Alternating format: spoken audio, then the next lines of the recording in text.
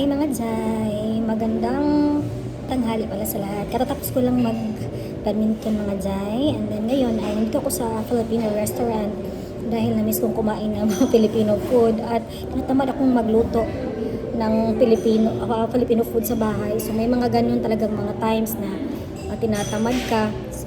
Instead, dito na lang muna ako sa Filipino at ang order ko ay isang sinigang na bangus at isang bangsilog dahil yung sinigang naman na in-order ko is a la carte lang yun, and then yung bangsilog is of course yung package na yun, di ba? And then nag-order din ako ng longganisa yun, so yun ang kinikrave ko today. And after dito ay magpa-foot massage ako at after niyan ay uuwi na ako. Actually nakapag-grocery na ako kanina, so i-haul natin mamaya so, kung ano yung binili ko. At ako hindi tinatamad mag-vlog ngayon. Thank you, be. Maraming salamat.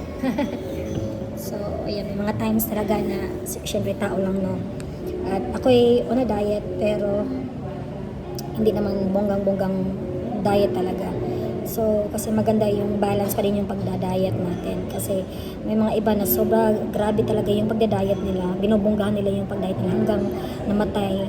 At sobrang bata pa nila. So, ang pagda-diet kasi, especially if you are in your mid-30s or late 30s, 40s, 50s, dapat ano lang siya, dahan-dahan lang. At you have to be very careful sa pagdidieta. Hindi yung kaagad talagang cut everything, kaagad na wala ka nang kakainin. So, hindi tayo pwede ng ganyan.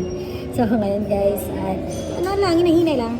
Anyway, mamaya i-haul ko kung ano yung nabili ko kanina na sa grocery dahil meron akong problema kay baby boy ngayon at chika ko na lang mamaya sa inyo guys ha kung ano yung naging problema ko kay baby boy ngayon kasi ganun talaga ng mga bata, maraming mga changes ano, pero talagang pinag-aralan ko ngayon kung ano yung gagawin ko na masolve ang problem na ito sa aking baby boy. Anyway, I'll see you later guys.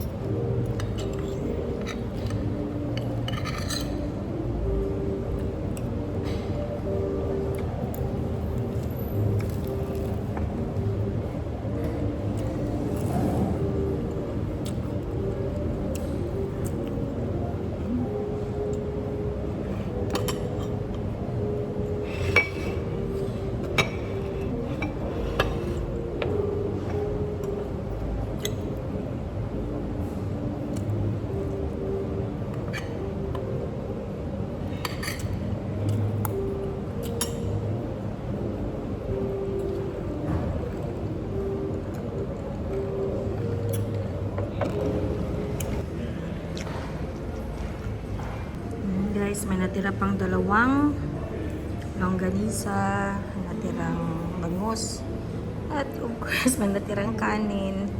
At last na lang ito, konti lang yung inumin natin, meron pa dyan sonan. Basta lang ma-cure yung craving natin, so okay na yan. Mas maganda kapag hindi diet ka pero nakakain mo pa rin yung gusto mo, pero in moderation lang. So ayun guys, magpapa-foot massage na tayo. Actually, hindi naman sobrang sakit yung paa ko, pero gusto ko lang talaga mag-foot massage para mamaya hapon makapag-jogging din ako. Kasi kahapon nakapag-jogging ako ng 4 kilometer, 5 sana. Kaso nga lang, ang lakas ng ulan, kaya basang-basa ako. So, nag-stop na lang ako sa 4 km. Eh na massage, foot massage na naman ang gusto ko talaga.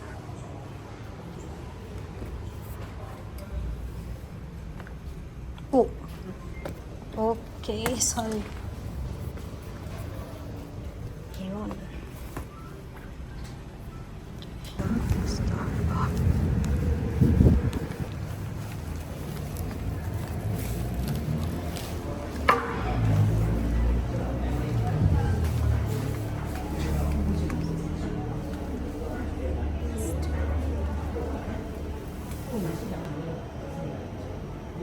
Ayan guys, nagto na ka sa bahay.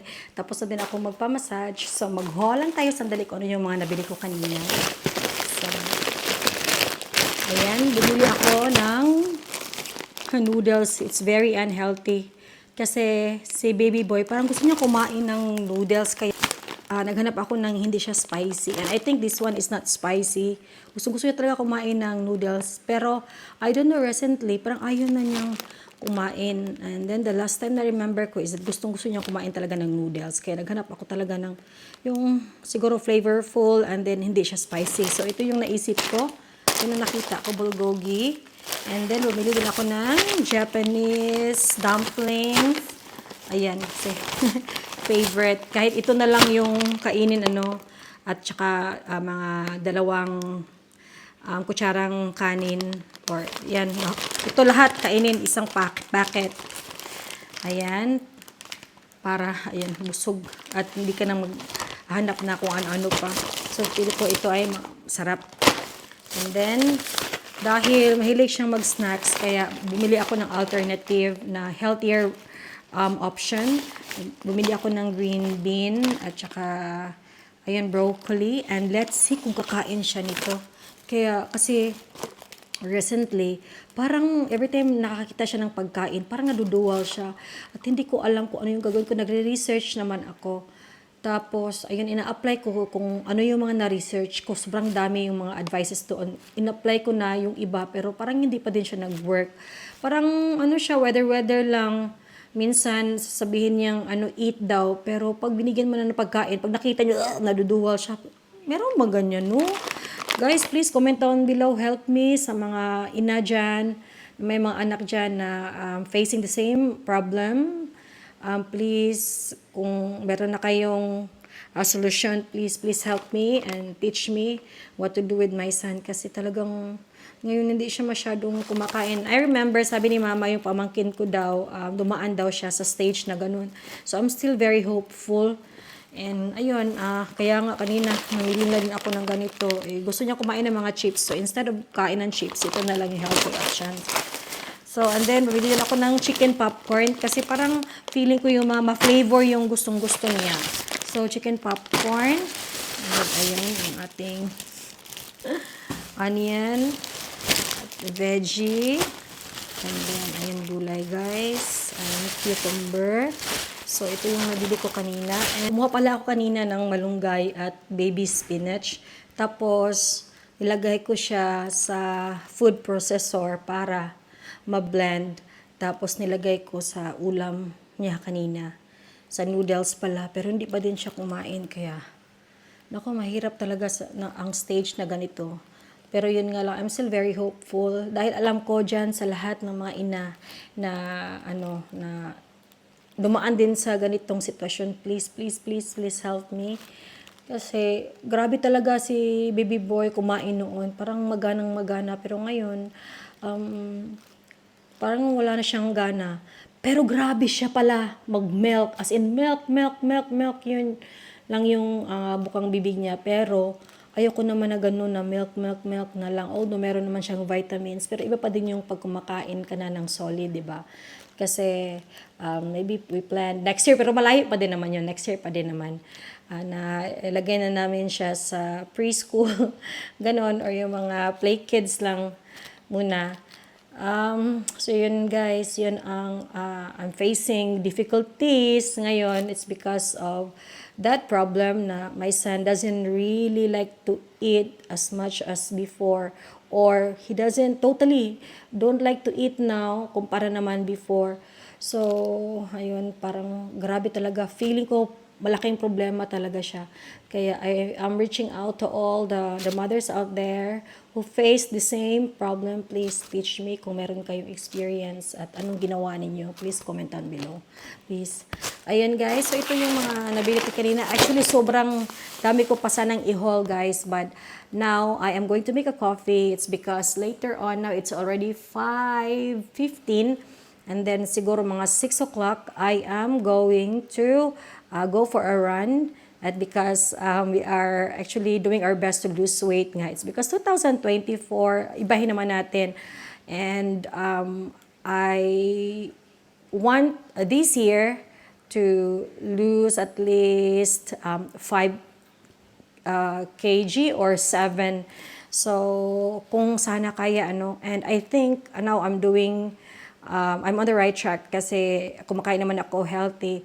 But of course, I still have my cheat day and it would be Saturday or Sunday. So, ganun lang. Pero hindi naman ako totally nag-stop talagang yung konti na lang talaga yung kinain. Hindi.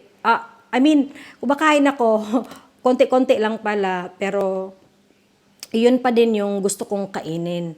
Not like yung, di ba, yung iba talaga pahirapan, yung ayaw na nila kumain, yung iba naman talagang ganito na lang, yung veggies na lang yung kinakain nila. So, ayoko naman na gawin ang ganyang dieting. Gusto ko lang yung kakain ako ng konti, pero talaga yung food na gusto kong kainin. Like for example, if I want to eat pork, sinigang, or crispy pata, or lechon kawali, kakain ako ng ganun, pero maliit lang siya na portion. So yun ang talagang target ko ngayon. And then I exercise more. Gusto kong maglaro ng badminton morning kasi talagang feel ko talaga sa morning talaga ako. Hindi ako masyado sa gabi kasi hindi sobrang aga ko talagang nakakatulog. Kapag tulog na si baby boy, and tulog na talaga ako. Even hindi pa siya tulog, inaantok na talaga ako. Kaya nighttime is already X for me. Kung maglalaro, kasi marami akong mga friendships na naglalaro pa din ng nighttime. But weekend ay lumalabas kami ni Asoka. Pero although yun medyo nakakapagod na din. But of course, yung lifestyle din ni Asoka. So, kailangan, and also I have to be with him. Anyway, so yun ang mga, ko guys, mga chika-chika ko sa inyo for today. And then, wag tayong mag-diet, kasi marami akong nababasa, especially nga, katulad na sinasabi ko kanina na mga mid-30s, late 30s, 40s, 50s, 60s, hindi na siya pwede yung wala ka talagang kakainin. Pag bata, okay pa. Pero pag gano'n ng mga age, hindi na siya pwede kasi talagang meron na nga ang dami namamatay sa mga ganyang diet, guys. So anyway, we have to eat healthy, do it healthy, and exercise. And you can just eat whatever you want to eat, but in moderation. All right, thank you guys. And I'll need to prepare now for my coffee and run. Bye! Hi guys! Katapos ko lang mag-jogging. Today, finally nakapag 5 kilometer tayo. So, sobrang saya. Kasi walang ulan ngayon. Kaya, tiniis ko talaga yung pagod. Ayan. Kasi, pag may tiyaga, may nilaga mga Jaino. So, ngayon, ay si baby boy ay gustong-gustong mag-drive around sa neighborhood namin. Kaya, tingnan guys, basang-basa na. Sobrang basa na. So, ang gagawin ko ngayon ay magbihis na ako ng t-shirt. And then, iikot ko lang siya dito sa neighborhood namin. And then after that, ay ligo ko ng swimming pool for a while. And then magbihis, and then mag-edit, o kung ano pa man. See you guys later! Mga Jai! Bye! Just guys!